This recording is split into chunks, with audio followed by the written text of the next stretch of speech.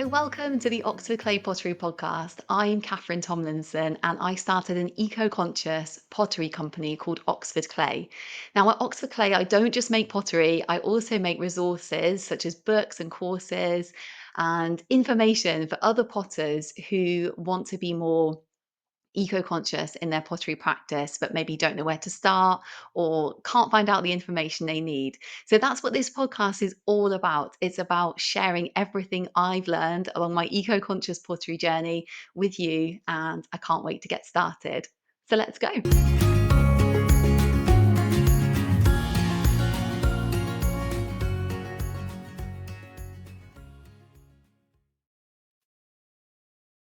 Hello, welcome back to the Oxford Clay Pottery Podcast. I'm your host, Catherine Tomlinson, and welcome back to this five-part series that I'm doing for September on creating colour in pottery eco-consciously. And if you missed the other two episodes, the reason I'm doing this five-part series is because I've written a new book. I've spent the summer doing glaze testing and writing this new book on eco-conscious pottery colour. And episode one of this podcast series was all about like commercial metal oxides, some issues associated with commercial metal oxides. And then I did a kind of like overview of the four ways that are featured in the Eco Conscious Pottery Colour book, which is available from the Oxford Clay website and also Amazon if you want like a paper copy of the book. Um, and so, yeah, so that's what we talked about in episode one. And then episode two, I spoke about like the first thing that's covered in this book, the first way of creating eco conscious pottery color, which is creating oxides from scrap metal, from scrap copper and scrap iron, and creating rust and a pigment called verdigris and using those in pottery glazes. And yeah, I spoke about how there's 80 recipes in this book, and some of them, yeah, using rust and verdigris, and they are like, yeah, really, really beautiful pottery glazes. Fired to stoneware temperatures, if you're wondering, is it earthenware or stoneware? All the recipes in Eco-conscious Pottery Colour book are stoneware. But like in today's episode, so this is episode 3, we're going to be talking about glass and using glass in pottery to create color. And I think this is like really, really exciting. So I've been experimenting so much with using glass in pottery. And when I went to pottery evening classes, I did used to use glass. The pottery teacher said like, oh, you can always just drop a little bit of glass in the base of a pot, and then in the kiln it melts and it like kind of like adheres to the pot, and it creates this like beautiful kind of glassy base on the inside of the pot. And so I had done that before, but the really tricky thing that I found was that quite often if you have like big expanses of glass, if you just have like glass like dropped in the inside a pot, it can it can craze when it's like cooling down in the kiln, and it can also like little glass shards can come off. So it's taken me a really long time to be able to like find a technique to use glass in a way that is like I would say like a sort of like a more controlled way to be able to like add a real kind of like decorative effect to pottery in a way that is like safe, that doesn't create little shards of glass coming off, and in a way that creates like beautiful colors, because glass is colored with metal oxides. And so what we can do is we can use the metal oxides effectively already in that glass in our pottery. And when we're heating that pottery up anyway, when we're firing it in the kiln, and so the glass is melting in those high temperatures, and as it's cooling it's adhering to the pot, and you get this like absolutely beautiful decorative effect. So before I tell you about like the technique I use to incorporate glass into my pottery, I'm going to show you some bits of pottery that I've made with glass on, just so you can see like what how beautiful it looks. So if you're listening on the podcast, let me describe this for you. Okay, so um I'm holding up like a little bud vase, and on the side of the bud vase is it's like a raised dragonfly design, which I make in a silicone press mold. And that is a really excellent way of using glass, like to contain it in a very defined area. So I found that that is like the absolute best way of ensuring that glass like doesn't create like shards and is like crazing all over the place, is to use it in really, really defined areas and use it to kind of inlay designs. So I get this. I make this dragonfly or butterfly design using clay. So I press it into the silicone press mold. I stick it onto, so I guess it's like a sprig mold. Stick it onto the side of some pottery that I've made, and then what I do is I inlay that design with glass. And so the design I'm holding up is like a dragonfly, and its wings are basically made of like pottery, but inlaid in that pottery is like brown glass. So this particular vase, actually, I used glass that I found on an old rubbish tip. So that's another thing to say about glass. The reason it's one of the other reasons it's so good to use in pottery is that you can literally use any glass. So you can use glass that you find in the road. Use glass that you find on an old rubbish tip, and that's what this one was from. It was a rubbish tip they used from 1900 to like 1940. So quite a lot of the bits of glass you can just find literally broken bits of glass in the soil, and the colours are really interesting colours because it was kind of like before they made, very like much more standardized colors of making, glass. So yeah, some of the colors are really beautiful. So you can use sea glass that you find on the beach. That's a great way of using glass because that glass will be like safe to touch because it's often nice rounded, no sharp edges. Yeah, so just be super careful if you're using like broken glass you find out and about, like not to cut yourself on it and stuff. But yeah, so that's like a beautiful brown glass vase, dragonfly.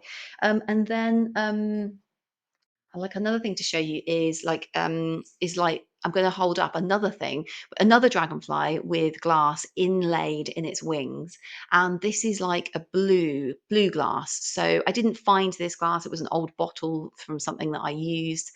So you can use, recycle glass things that you're using. What's so good about using glass as well is it's one of the only ways that you can create that like really beautiful kind of bright blue color that you get from that like that cobalt kind of like a kind of dark blue color that cobalt normally gives you. Glass is colored with cobalt, and so we can recycle the cobalt already in that glass and create like really beautiful blues. Yes, that was a bottle I just had around after I'd finished using the product, and yeah, made it into pottery. Okay, another really cool thing about glass is that you can actually mix different colors of glass together. So this is the last thing I wanted to show you. This is another vase, and again, it's a dragonfly design.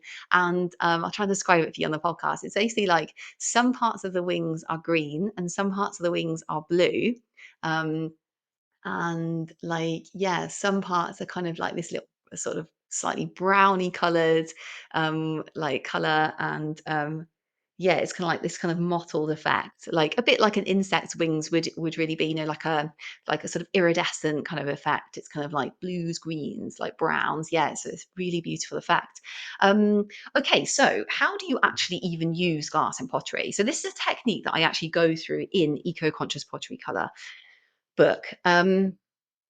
Right. So the first thing to say is that you need to use glass which is like intrinsically coloured. I didn't really know how else to say this. I said it like intrinsically coloured, like in the book. And all I mean by this is that you can't really use glass which has been painted on, the colours being painted on. You need to use glass which has like is being coloured all the way through with that like metal oxide. So you can see this. Like one time I found this piece of glass in the road. Sounds like I just like pick up. Well, I do. I'm just gonna be honest with you. I'm always like looking for glass in the road and picking it up and using it in pottery. But like this glass was really beautiful. It was like this kind of really light turquoise blue color. I thought, oh, that'd be so nice to use in pottery. But when I looked at a cross section of it, I could see that actually the like top layer of it was actually like painted blue, and then the actual kind of inside of the glass was a clear glass. So yeah, you can't really use glass that's just been painted on. I think it was from a perfume bottle and it had just been like painted on. So that's one kind of note of caution, really, just like have a look at the cross section of a piece of glass and just to see whether it's coloured, intrinsically coloured all the way through. Is it coloured all the way through? Then you can use it in pottery. So okay, so the first step is to find your piece of glass. Like I said, if you're using pieces of like glass you find and they're like shards of glass, like, in the park or whatever, just be like super careful not to cut yourself. The next stage of the glass kind of, the process for using glass in pottery is that the glass needs to be clean. So you need to like clean the glass, be so careful if you're cleaning broken glass. Yeah. Yeah. And then the glass needs to dry. Okay. So it needs to be completely dry before the next stage. And the next stage is like really, really important because the way that I found, the easiest way that I found to use glass in pottery is to actually crush the glass into a powder. And this enables you to get like the two reasons I do this. The first reason is that you can create a really, really even layer with powdered glass. So say if you're pushing this glass into kind of like, lettering that you've pressed into pottery, or like I was showing you, like the dragonfly design, you're pressing it into the wings, the little gaps of the, in the wings, or like a butterfly or something, or you've carved a design in clay, sort of, you've scratched a design in or something, or you've pressed a design in. You can fill that depression up with glass. If it's powdered glass, it's much, much easier to fill that design up with. Creates a really beautiful even surface when the glass melts in the kiln.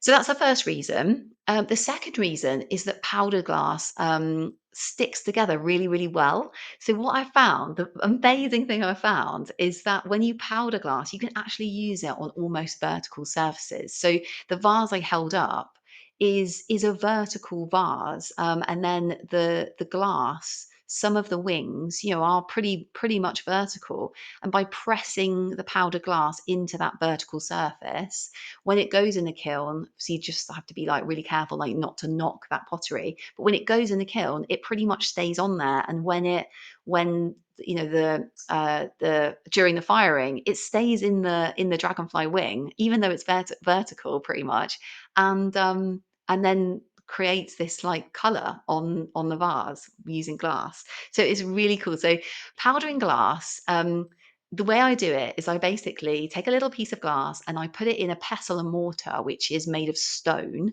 So yeah, it's really important to use like a suitable pestle and mortar. Um, I put a FFP3 face mask on because I do not want to be breathing in powder glass. Absolutely not. And I also wear safety goggles because when you're crushing glass, it's quite easy for like little shards of glass like ping out. And you absolutely, needless to say, do not want those anywhere near your eyes. And what I do as well is I kind of put a tea towel on top of the pestle and mortar as I'm crushing the glass. And that also really helps to like contain the glass in the pestle and mortar. So once I've crushed it up into a powder, I label it, label a jar, and then I put it in a jar and I store it in the jar.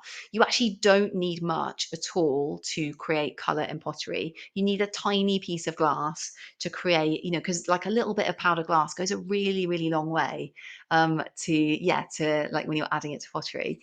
Yeah, another really important thing to say actually at this stage is that you need to add glass to like a non-glazed surface. So glass will actually like disrupt the surface of any glaze that you're using. So what I do is I actually dip my pottery in glaze, then I remove the glaze again using my FFP3 face mask, and I kind of just like brush it off with like a stiff makeup brush, or sometimes I just like use a pottery tool to like scrape off the glaze for the design, and then I can press the glass into that design because yeah, if you have a glazed surface, it just kind of like the glass will make it go all kind of rough and it just looks like, I mean, you might like the decorative effect. I've actually in the book in Eco-conscious Pottery Colour, I've included a photograph of where glass has kind of spilled out of a design onto a glazed surface, so you can see what kind of surface it produces.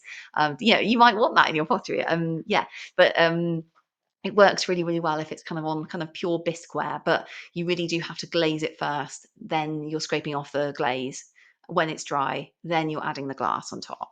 So, and yeah, and then it's just fired basically. And then yeah, so I've also like included in the book some cool pictures of just like different things I've like made using glass as like a decorative effect. Yeah, an important thing to say as well is that like you wouldn't really use this for like tableware. You'd only use this for decorative things. So I've included like some photographs in the book of just some like little decorative dishes I've made, a vase like on the outside, the design, and then a kind of wall hanging.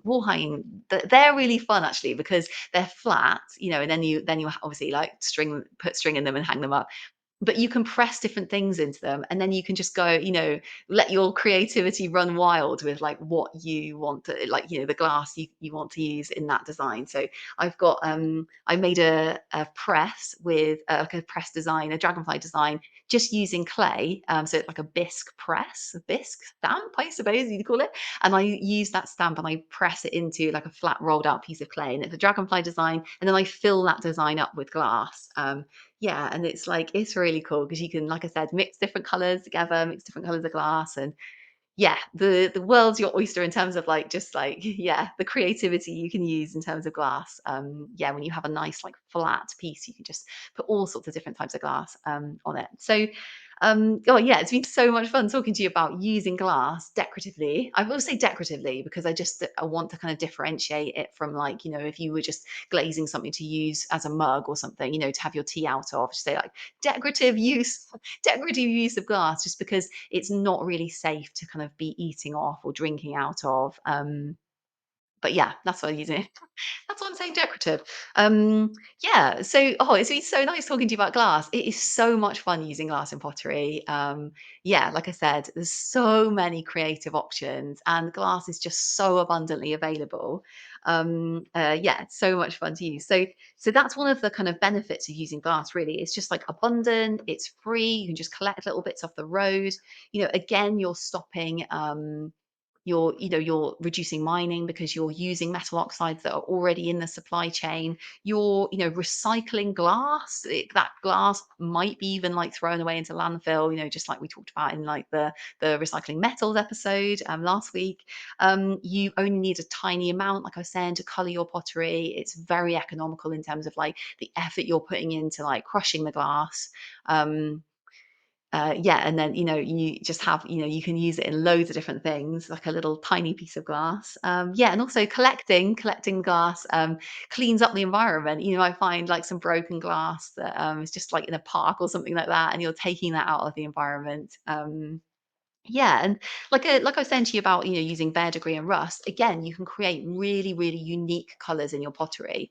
So, like I mentioned at the beginning of the episode, there's so many like different colors of glass. Glass is colored in so many interesting different ways, and glass, like historical glass, is colored, like different colors. So, like glass now, and it is so cool because we can just utilize all these different colors and have them in our pottery, and we're not using commercial metal oxides, and we're recycling something from, yeah, and using the principles of the circular economy, like I was saying in episode 1 and 2 of this podcast series.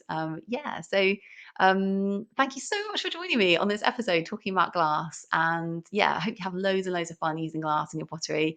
And yeah, can't wait to see you on the next episode where we'll be talking about using plant ashes in pottery to create color, which is like one of my favorite topics. So I'm excited to talk about that. And yeah, really looking forward to seeing you on the next episode. And until then, wishing you very happy potting, and I'll see you soon.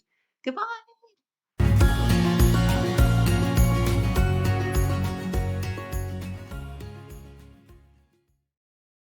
Oh, yeah. So I hope you enjoyed that episode. And if you're interested to learn more about eco-conscious pottery or making your pottery more eco-conscious and sustainable, there's so much for you on the Oxford Clay website, which is www.oxfordclay.co.uk. I can't wait to see you there.